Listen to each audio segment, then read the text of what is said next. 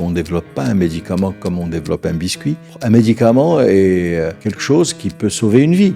Aujourd'hui, je reçois Monsef Belkhiat, fondateur de Dislog, leader de la distribution de biens de grande consommation au Maroc. Notre sujet du jour, son dernier pari, la santé. On était dans l'hygiène, on était dans l'alimentation, et donc il fallait compléter par la santé. On va essayer de comprendre comment on peut se faire sa place dans un secteur aussi fermé que la santé. On a essayé de chercher les différents laboratoires dans le monde de la santé qui étaient là et qui voulaient soit transmettre, soit ouvrir leur capital. Et la réalité, c'est qu'on n'en a pas trouvé. C'est un secteur qui est assez fermé. D'ici 2026, votre groupe prévoit 10 milliards de dirhams de chiffre d'affaires. Qu'est-ce que vous pensiez pouvoir faire de plus dans la santé qui n'avait pas déjà été fait ?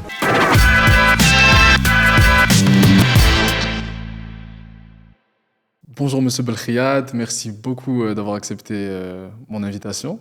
C'est gentil, mais je te dis bonjour Camille, je préfère qu'on s'appelle par nos prénoms. On est jeunes.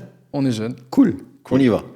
Alors, d'ici 2026, votre groupe prévoit 10 milliards de dirhams de chiffre d'affaires, une IPO et 5 autres jusqu'en 2030. On voit que tu es bien renseigné. Je me suis très bien renseigné.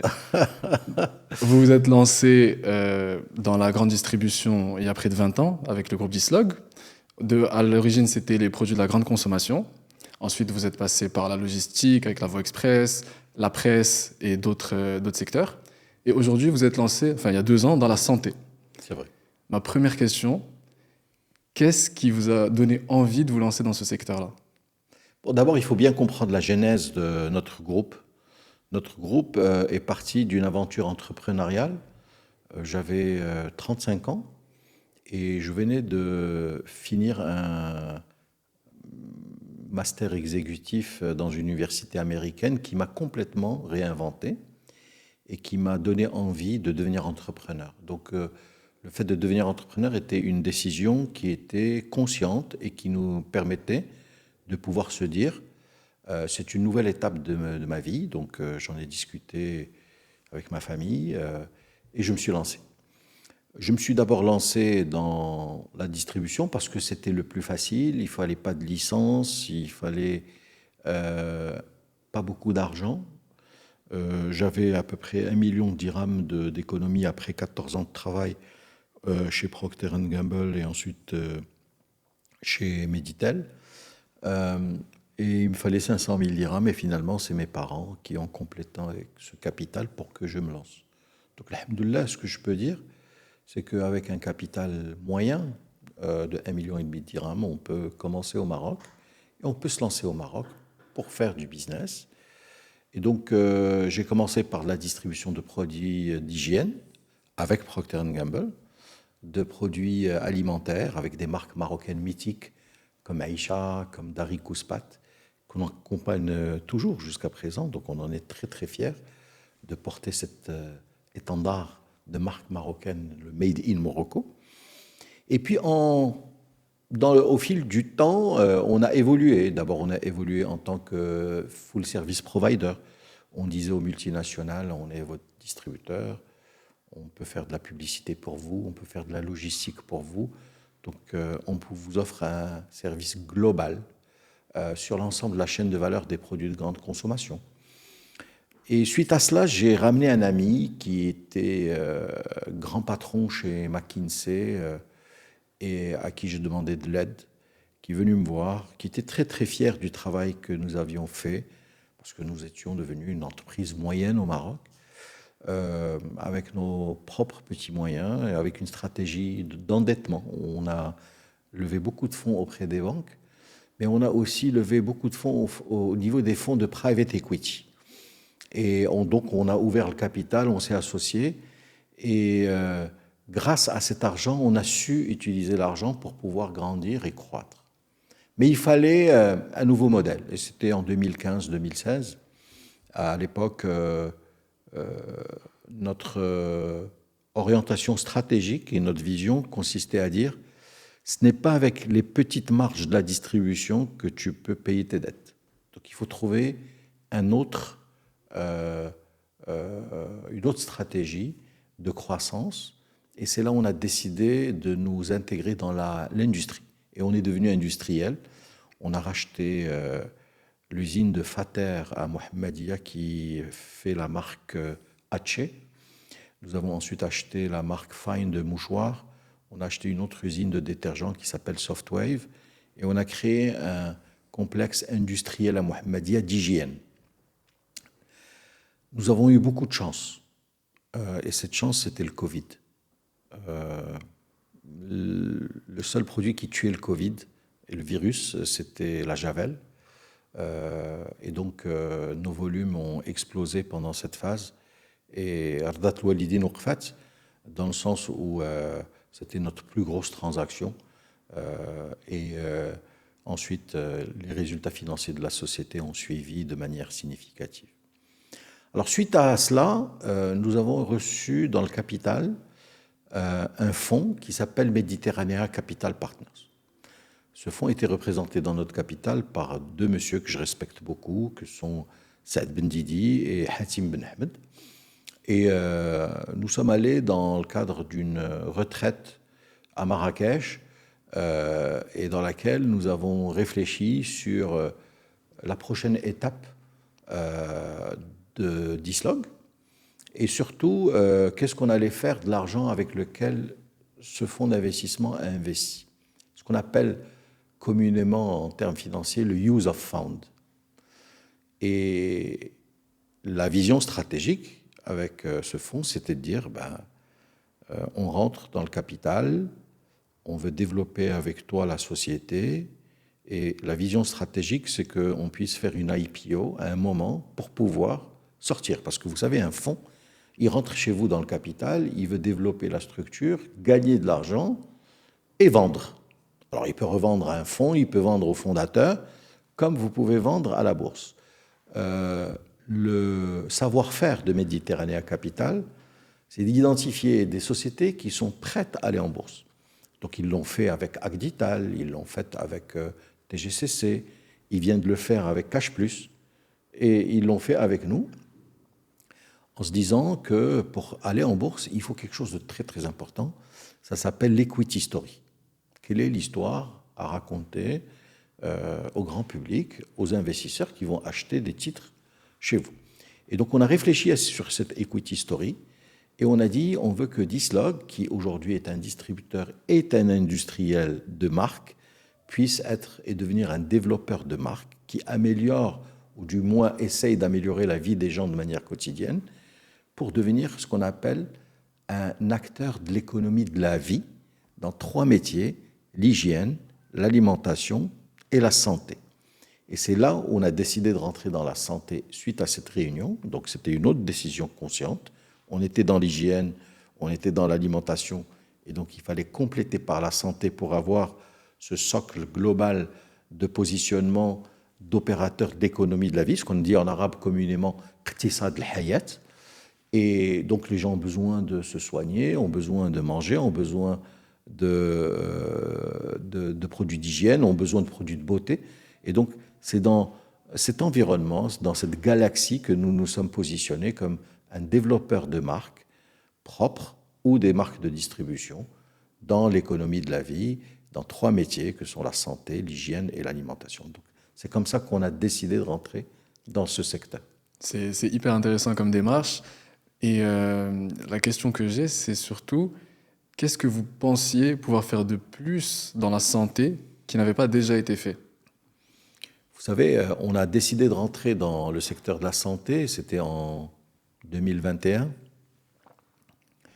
Et la démarche qu'on a suivie, c'est qu'on a essayé de chercher les différents laboratoires dans le monde de la santé qui étaient là et qui voulaient soit transmettre, soit ouvrir leur capital. Et la réalité, c'est qu'on n'en a pas trouvé. C'est un secteur qui est assez fermé. C'est un secteur qui a ses règles et surtout une structure de gouvernance qui est très particulière parce que on ne vend pas un produit de santé, on ne produit pas un produit de santé comme ça. Ce n'est pas un biscuit, ce n'est pas un produit de grande consommation. C'est un médicament et quelque chose qui peut sauver une vie. Et donc, il faut le fabriquer selon certaines règles, certaines normes. Donc, c'est très structuré et bien organisé par un ministère de la Santé qui est fort et qui aujourd'hui régule bien ce secteur. Donc nous avons finalement trouvé un tout petit laboratoire qui faisait à l'époque 18 millions de dirhams de chiffre d'affaires, très peu d'AMM, d'autorisation de mise sur le marché. Et le propriétaire était arrivé à un âge où il voulait transmettre. Et par conséquent, nous avons trouvé un accord et nous avons racheté 100% des actions de cette structure, ce qui nous a permis de rentrer et d'avoir un établissement de santé autorisé par le ministère et qui a été le début d'une stratégie de développement importante. Suite à quoi nous avons racheté un deuxième laboratoire, qui est donc le laboratoire Stéripharma, suite à quoi nous avons structuré le premier laboratoire pour en faire aussi une plateforme de distribution pour des produits cosmétiques et des produits de beauté. Et enfin, nous avons fait un dernier virage il y a 1 an vers les dispositifs médicaux, qui fait qu'aujourd'hui, globalement, avec nos associés, nous sommes sur des solutions de santé qui vont de la fabrication du médicament, de marques de dermocosmétiques, de produits de beauté, mais aussi de marques de dispositifs médicaux pour un chiffre d'affaires global de 1,5 milliard.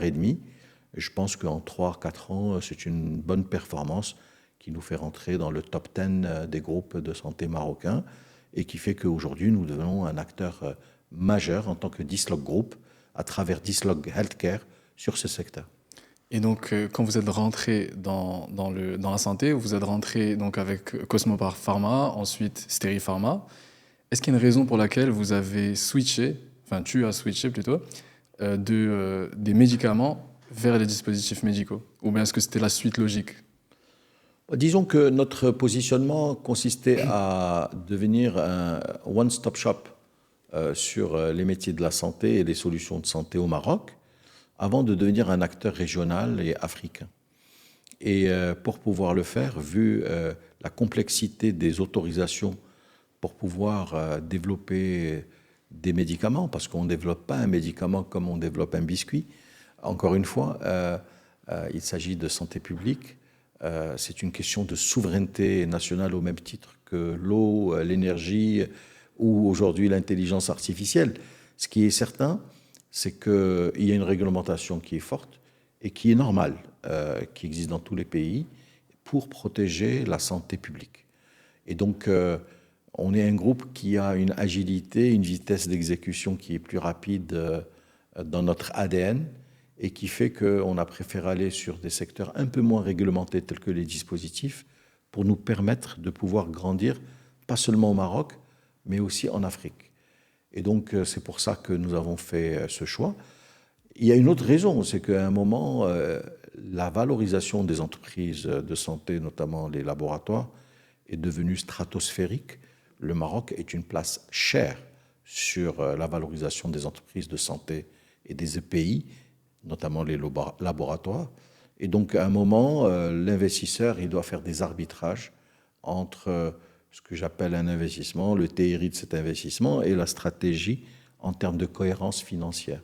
Et à un moment, ce que je peux dire, c'est qu'aujourd'hui, ça devient trop cher et par conséquent, il vaut mieux aller sur des secteurs d'activité où les rendements sont des rendements qui sont acceptables par vos investisseurs.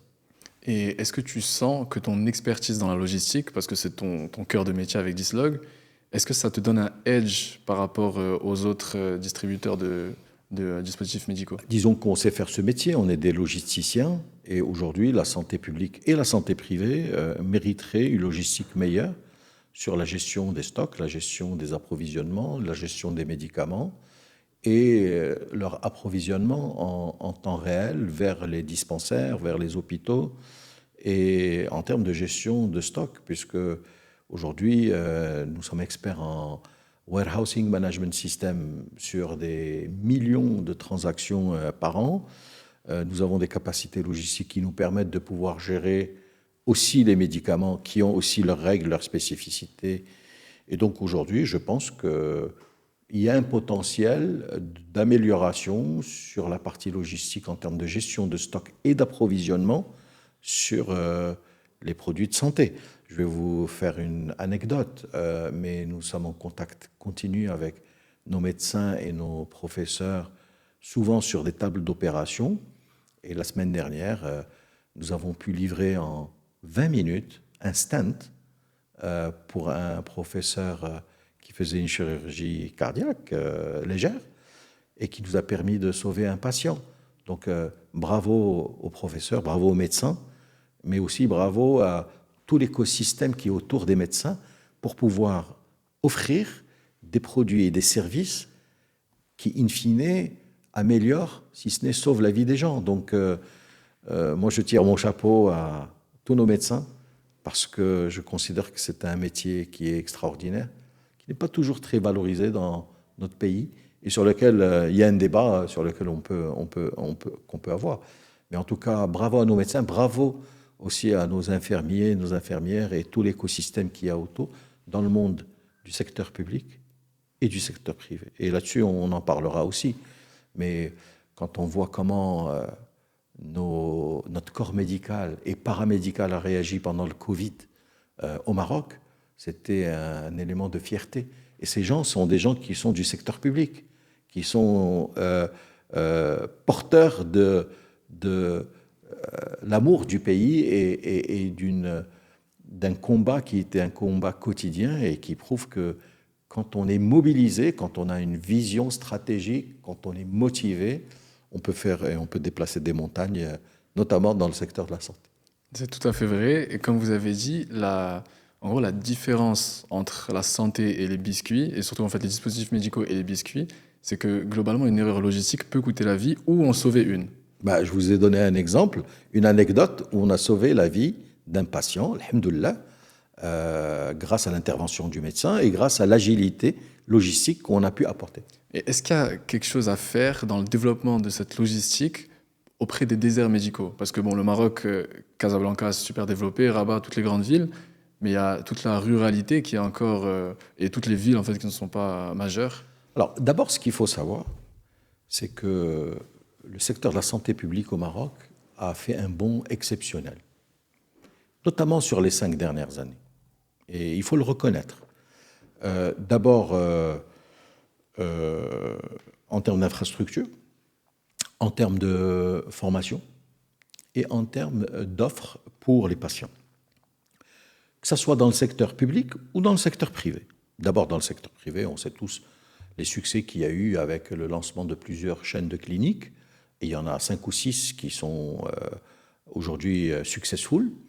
Mais aussi au niveau de la santé publique, il y a eu une vraie réforme, une vraie restructuration au niveau du ministère et aussi au niveau des différents hôpitaux, qu'ils soient civils, militaires, et la structuration autour de fondations qui ont permis d'apporter une offre très intéressante et très complète. Moi, je connais beaucoup de gens qui avant allaient se faire soigner à l'étranger, aujourd'hui se font soigner au Maroc. Moi-même, j'ai une confiance totale en mon pays, en les médecins de mon pays et en le système de la santé de mon pays pour me soigner au Maroc s'il devait m'arriver quoi que ce soit.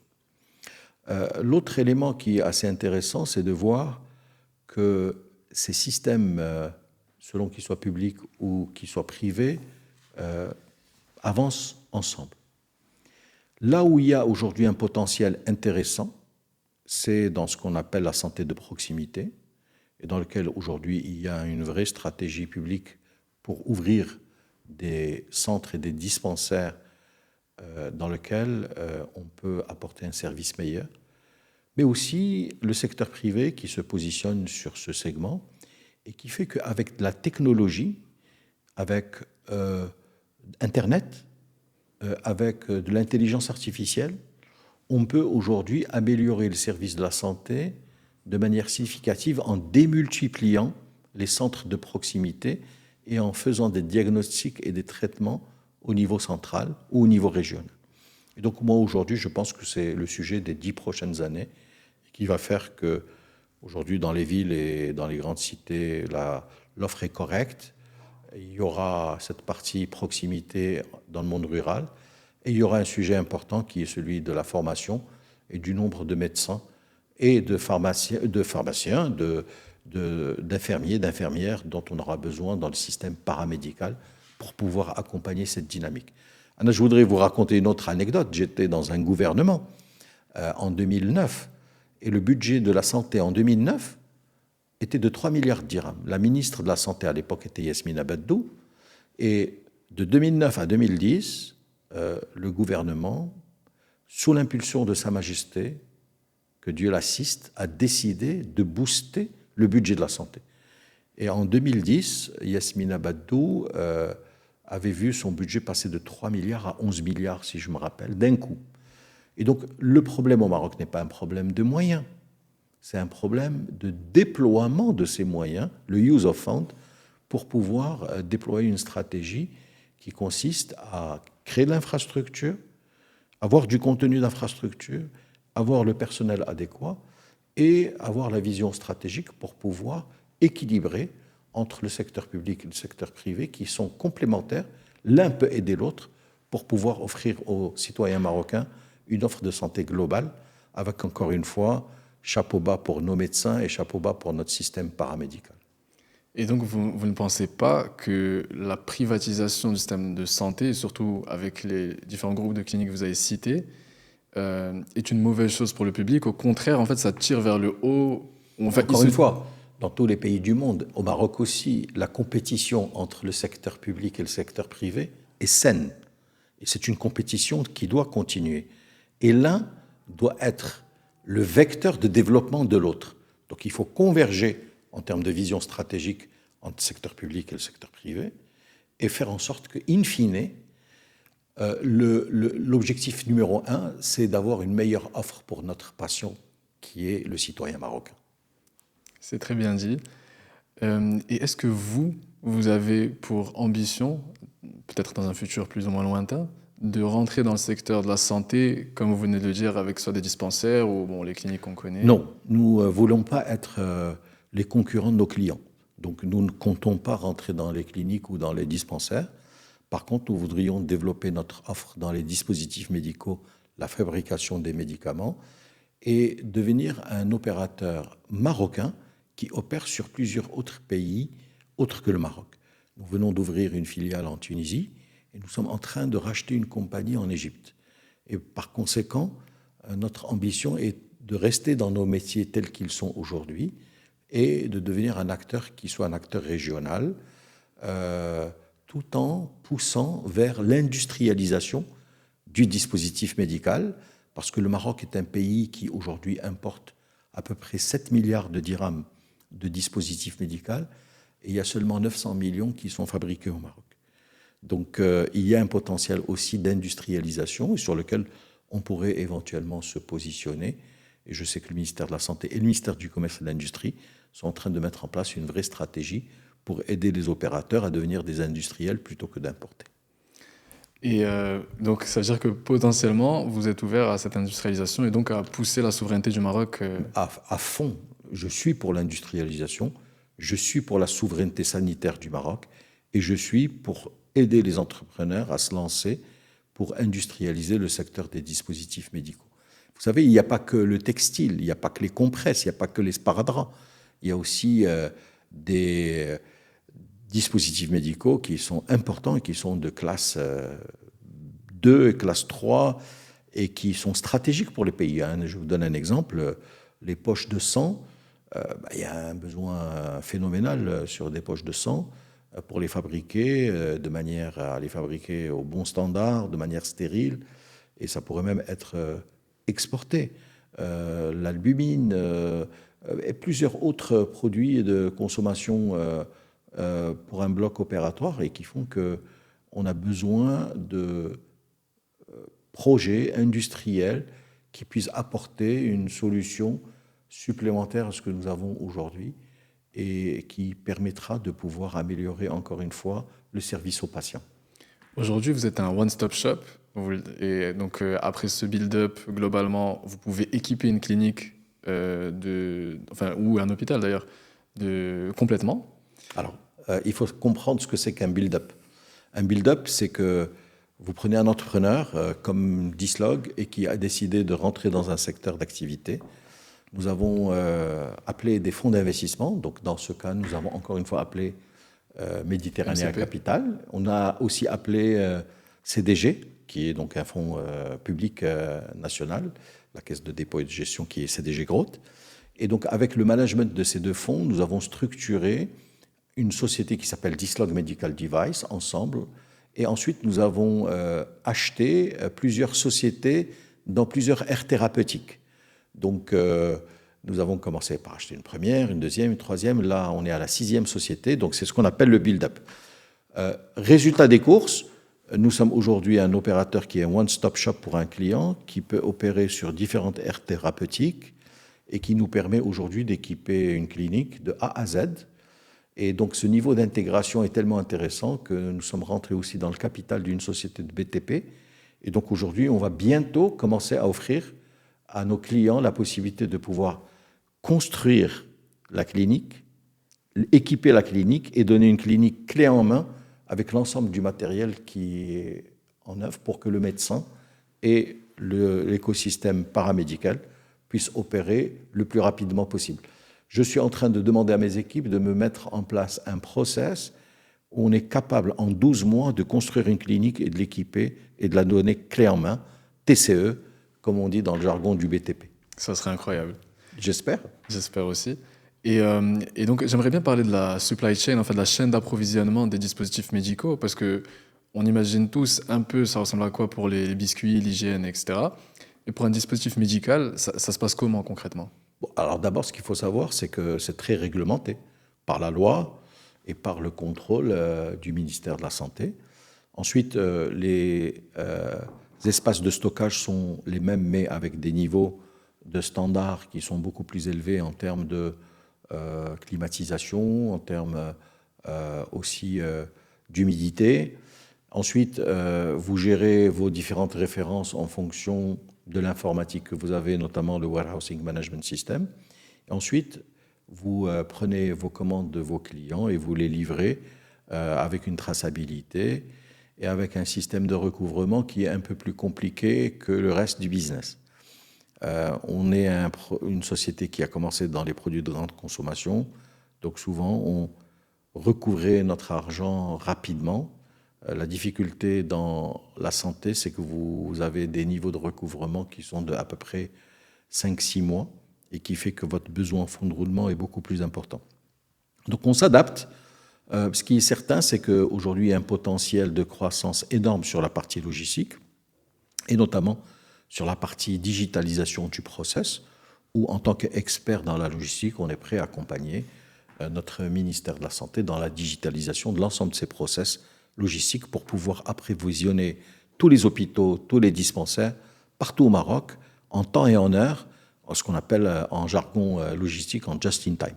Et donc toute la gestion, la responsabilité du stock, l'approvisionnement, les livraisons sont gérées de manière on va dire, sous-traiter à des opérateurs logistiques indépendants qui pourront améliorer la qualité de service pour permettre aux différents hôpitaux et dispensaires d'avoir les produits de consommation quotidienne pour pouvoir gérer leur patientèle, que ce soit dans un bloc opératoire ou dans le cadre d'une consultation.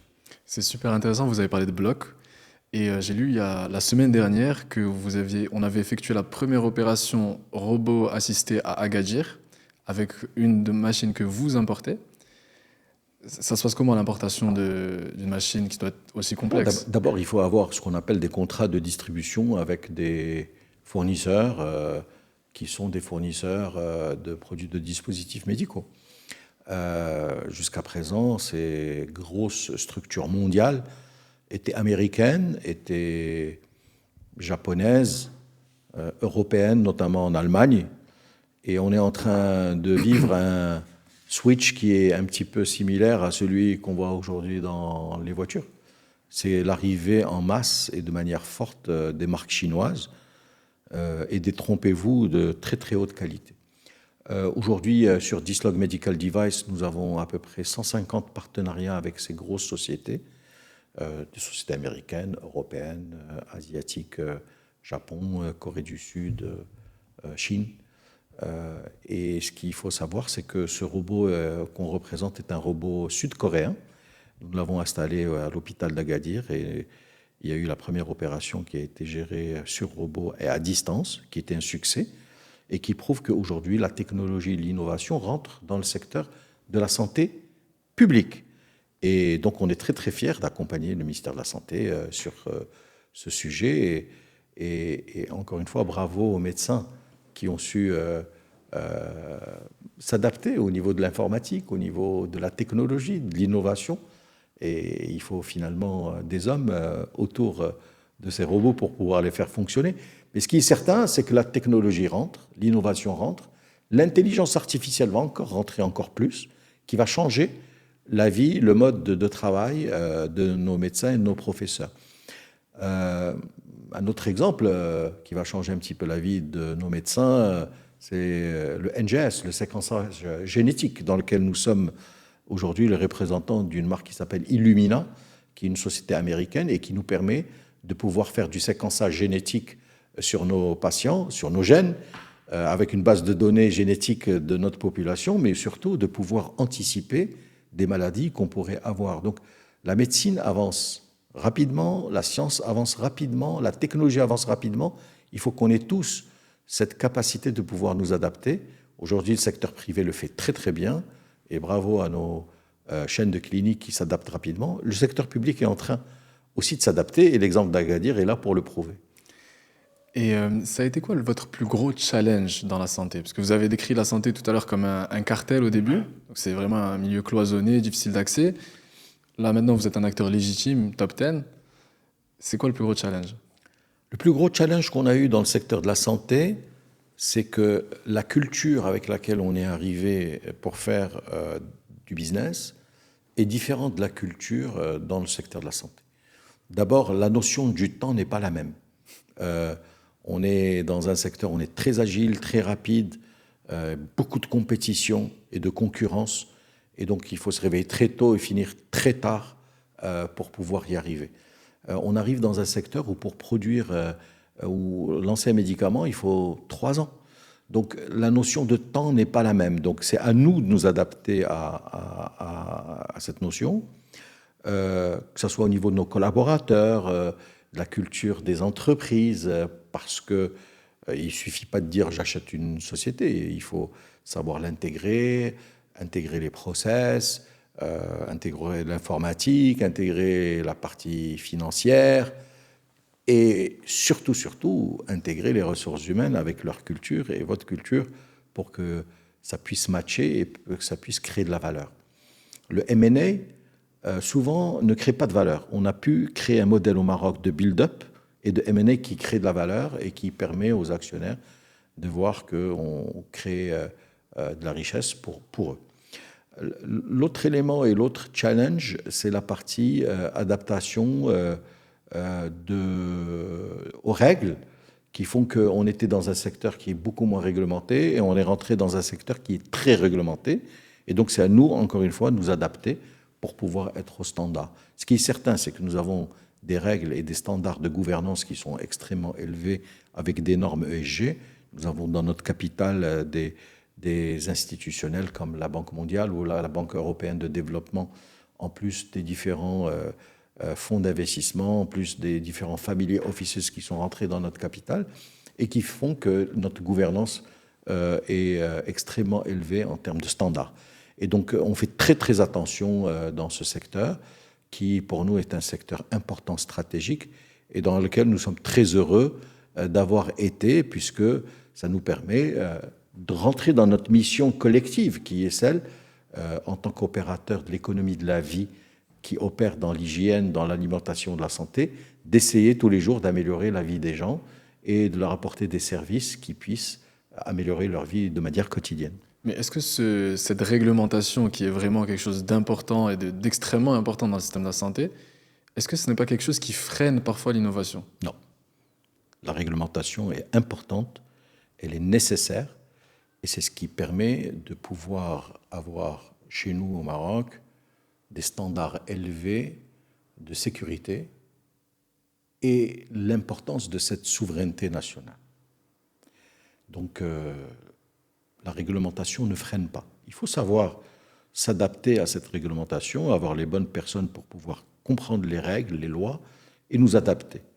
Par contre, là où il faut bien gérer, c'est de comprendre un petit peu quelle est le coût pour nos caisses publiques de la santé publique et du remboursement de la santé publique. L'objectif, c'est qu'il y ait un vrai projet sous l'impulsion de Sa Majesté, que Dieu l'assiste, pour que tous les Marocains puissent être couverts par un système de santé publique.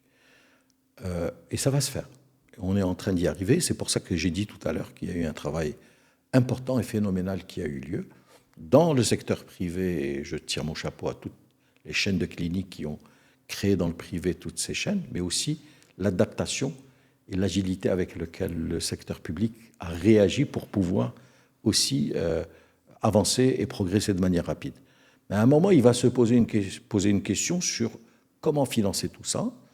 Et donc, sur cette partie-là, il faudra qu'on puisse réfléchir tous ensemble en tant qu'acteurs de la santé sur comment le faire et comment gérer le coût de la santé entre des acteurs locaux, marocains, producteurs nationaux et des multinationales qui ont des princeps, qui importent et qui gardent 80% de leur marge à l'étranger.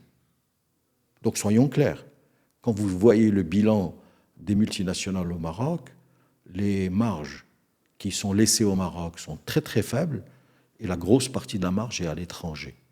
Et donc la question qui se pose, c'est comment gérer cet équilibre pour laisser un acteur industriel local pouvoir se développer et avoir la souveraineté sanitaire dont on parlait, tout en gardant une relation avec les multinationales qui soit bonne, mais équilibrée sur la partie marge et sur la partie paiement de l'impôt. Et selon vous, comment est-ce que ça se passerait? Comment est-ce qu'on pourrait faire pour que concrètement il y ait cet équilibre? Il faut parler, il faut communiquer, il faut faire des tables rondes, il faut se dire les choses telles qu'elles sont. Jusqu'à présent, les multinationales n'aiment pas communiquer sur ce genre de choses. Mais moi, je le dis de manière très, très directe. J'ai travaillé dans des multinationales et je sais comment ça se passe. Est-ce qu'on veut protéger notre industrie locale ou on veut libéraliser le marché? Et donc, c'est une question de politique publique. Moi, je suis aujourd'hui un acteur dans le secteur privé. Je suis pour protéger et développer l'industrie locale marocaine, tout en laissant les multinationales opérer, bien sûr, mais au bout d'un certain temps, il faudrait que les princeps puissent être génériqués au Maroc avec des coûts qui peuvent être jusqu'à 10 fois plus faibles que les coûts actuels. C'est une vraie question. Pour quelle raison je vais avoir une loi au Maroc qui protège les princeps pendant 10 ans, alors que je peux leur donner un avantage pendant 2 ou 3 ans et ensuite permettre à des entreprises locales marocaines de pouvoir le faire.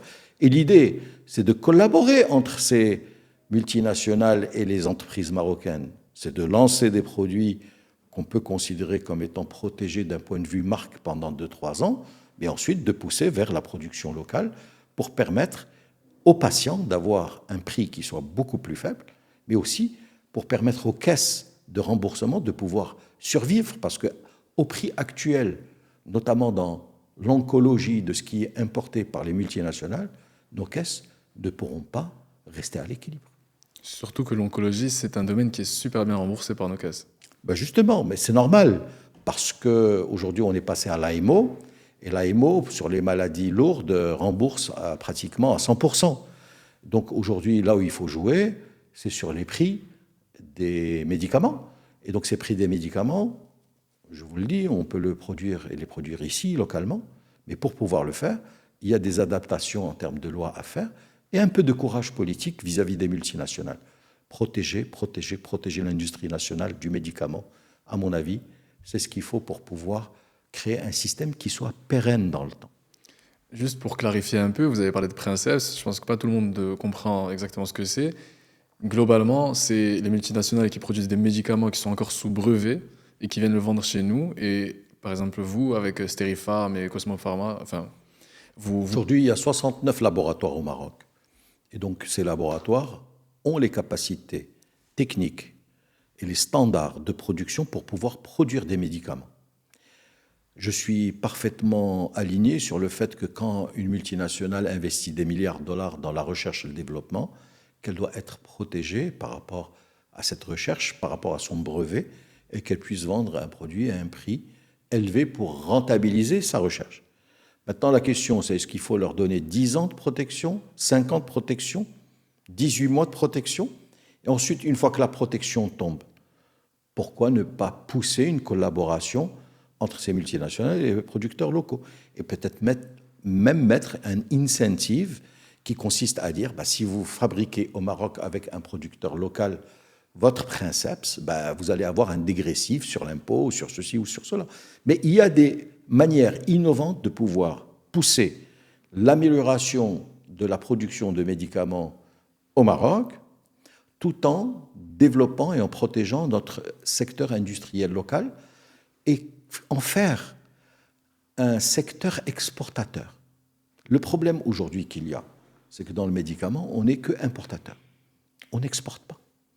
Et nous avons la possibilité, à travers nos 70 laboratoires, de pouvoir exporter.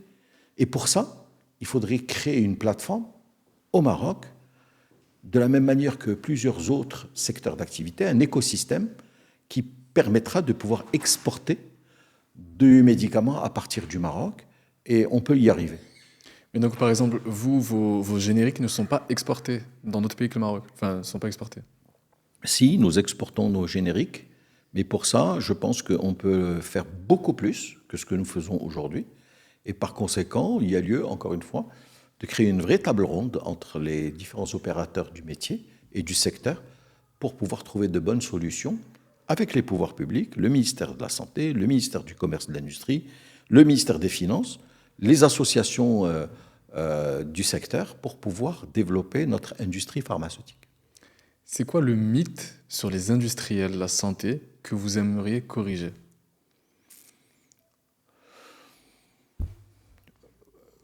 Je vais être très honnête avec vous. Ça fait 4 ans que je suis dans le secteur. Je ne les ai jamais rencontrés. Le mythe, c'est que les gens disent que c'est un cartel, c'est un groupement. En fait, il n'y a ni groupement ni cartel, ils ne se rencontrent même pas. Il y a une association.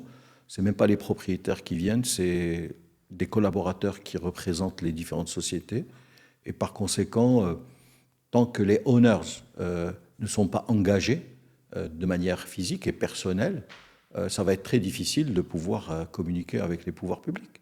Donc, moi, ce que je dis, c'est que j'appelle à une mobilisation des owners, qui sont des gens extrêmement brillants, qui ont créé ce secteur depuis maintenant 30, 40, 50 ans, et qui doivent se mobiliser pour pouvoir sauver l'industrie pharmaceutique marocaine qui en a besoin.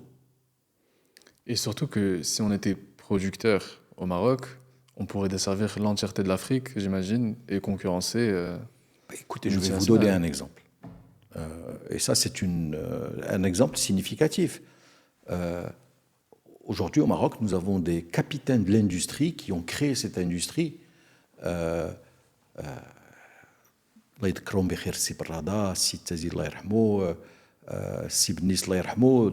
grosses sociétés, la Profan, Botu, Sotema, etc. Ces boîtes ont été créées il y a 50 ans.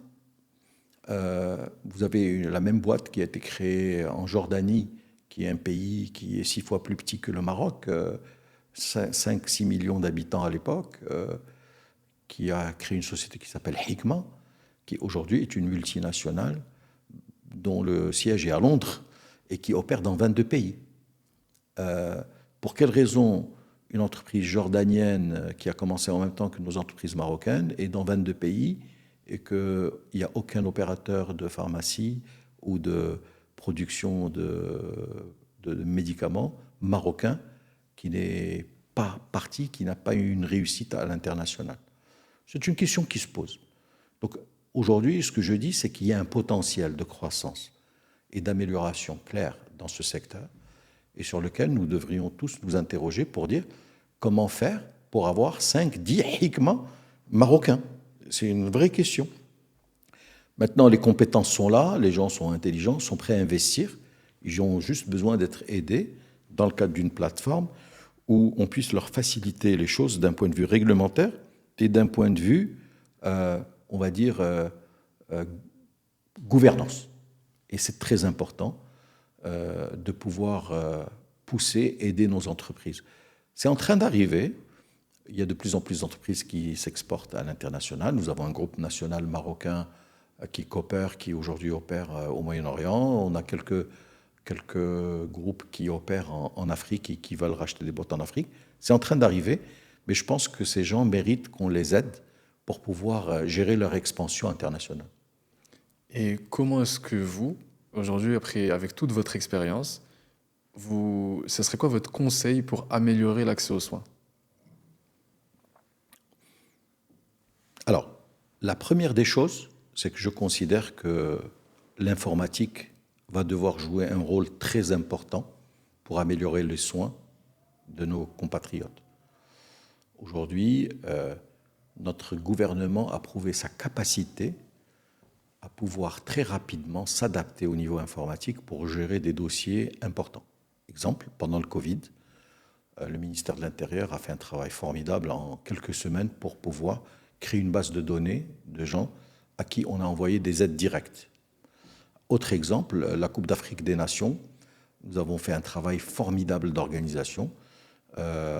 Et puis avec HELA, on a créé une base de données de spectateurs qu'on a pu maîtriser de l'étranger jusqu'au Maroc. Donc je pense que l'informatique et la digitalisation permettra d'améliorer l'accès aux soins du Marocain avec ce que j'appellerais une carte d'identité nationale de santé, la CIN Santé. Cette CIN Santé, c'est une base de données de gens dans laquelle il y a une traçabilité sur l'ensemble du parcours du patient pendant toute sa vie. Et par conséquent, dès qu'on est, on a notre CIN Santé, dans laquelle il y a nos vaccins, il y a les médecins qu'on a, le médecin traitant, les différents soucis qu'on a eus, et qu'on puisse avoir accès, dès lors qu'on est dans le secteur de la santé, au dossier du client. À partir du moment où un médecin dans le secteur de la santé a accès au dossier du client, je pense qu'il y a déjà l'information nécessaire pour pouvoir gérer d'une meilleure manière l'historique de ce patient, mais aussi le diagnostic de ce patient par rapport à ce qu'il a. Donc l'informatique va jouer un rôle important. Le deuxième élément qui est très important, c'est la partie proximité pour pouvoir se rapprocher de nos patients, notamment dans les zones rurales, à travers les dispensaires publics et les dispensaires privés. Permettre aussi, à travers la loi, de pouvoir gérer quelques éléments à distance, notamment les éléments de diagnostic. Et enfin, mettre le paquet sur la formation, parce qu'on a besoin de médecins, on a besoin d'infirmiers, on a besoin d'infirmières, et pouvoir gérer de telle sorte à ce qu'on puisse avoir une carte sanitaire qui soit meilleure que celle que nous avons aujourd'hui. Parce que ça a toujours été un problème pour nous, qui est que les médecins voulaient aller que dans les grandes villes et pas dans les zones périurbaines et rurales. Mais l'idée, c'est de mettre en place les incentives nécessaires pour pouvoir rééquilibrer cette carte sanitaire, et par le volume et par la qualité. Déjà, le problème de carte sanitaire, c'est un problème qui touche énormément de pays. Et même la France a beaucoup de mal à envoyer ses médecins, bien qu'elle ait la qualité et un certain volume dans des zones... Aujourd'hui, notre système de santé au Maroc est meilleur que plusieurs pays européens. C'est clair. Je vais vous choquer, mais vous allez avoir un rendez-vous de manière beaucoup plus rapide, être traité au Maroc et soigné au Maroc plus rapidement qu'en Angleterre aujourd'hui.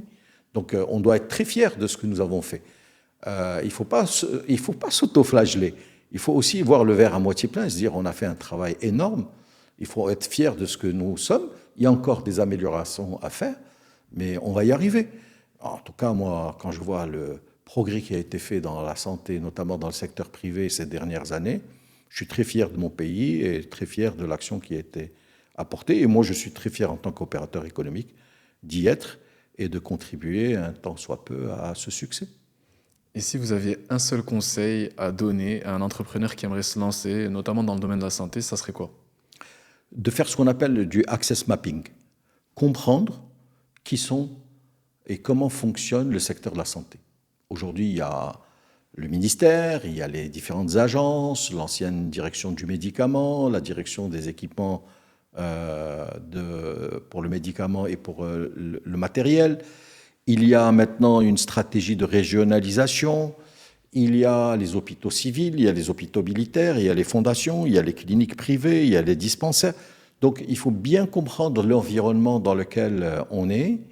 Et si j'ai un conseil à donner aux jeunes start-upers, c'est que vous pouvez y arriver en allant en Chine, chercher des marques, les ramener au Maroc et commencer à attaquer votre clientèle à travers les différentes régions du Maroc. Parce qu'avec cette régionalisation, il y a une potentialité de pouvoir créer des bridges et des ponts de business très intéressants.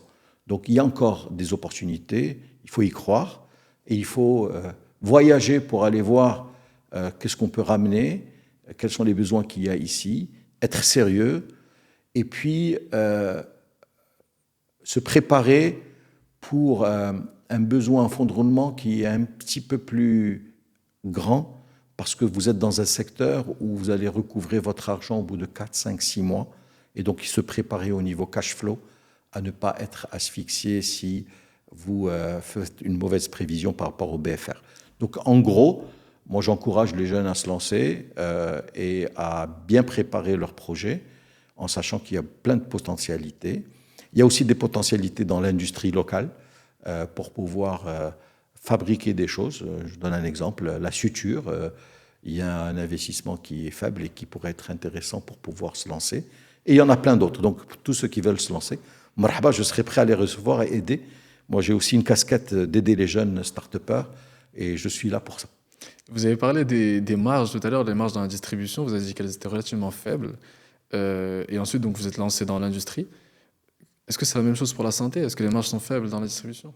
Alors, dans les produits de grande consommation, les marges des produits alimentaires ou d'hygiène sont très faibles dans la distribution. On parle de marges de 1 à 2%. Dans l'industrie, vous passez à des marges qui sont de 10 à 15%.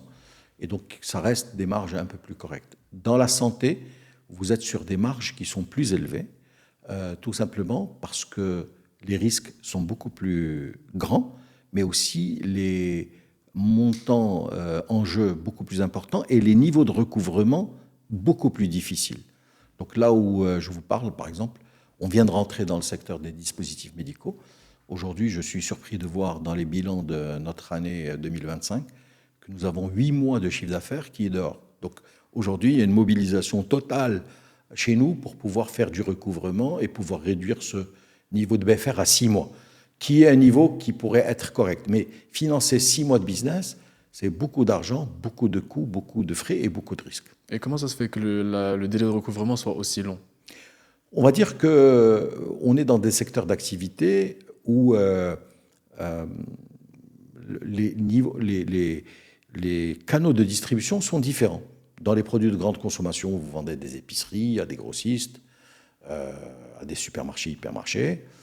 Donc les niveaux de recouvrement sont corrects. Dans ces secteurs, vous vendez à des laboratoires, vous vendez à des pharmaciens, des parapharmacies, à des hôpitaux, à des cliniques.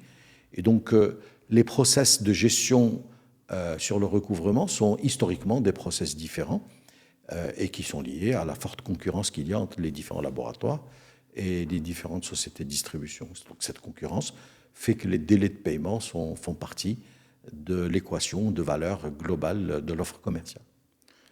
Donc en tout cas, merci beaucoup Monsef pour ce moment. Donc juste pour résumer, le conseil que vous avez pour les jeunes entrepreneurs, c'est d'access mapper en gros le business dans lequel ils veulent rentrer, si c'est dans la santé, de bien comprendre tout ça, de miser à fond sur l'informatisation, parce que c'est ce qui améliorera l'accès aux soins de demain. Et en tout cas, merci pour votre temps. Avec grand plaisir. Et sachez qu'encore une fois, le secteur de la santé est un beau secteur. Nous avons aujourd'hui une gouvernance dans le secteur à travers le ministère qui est bonne.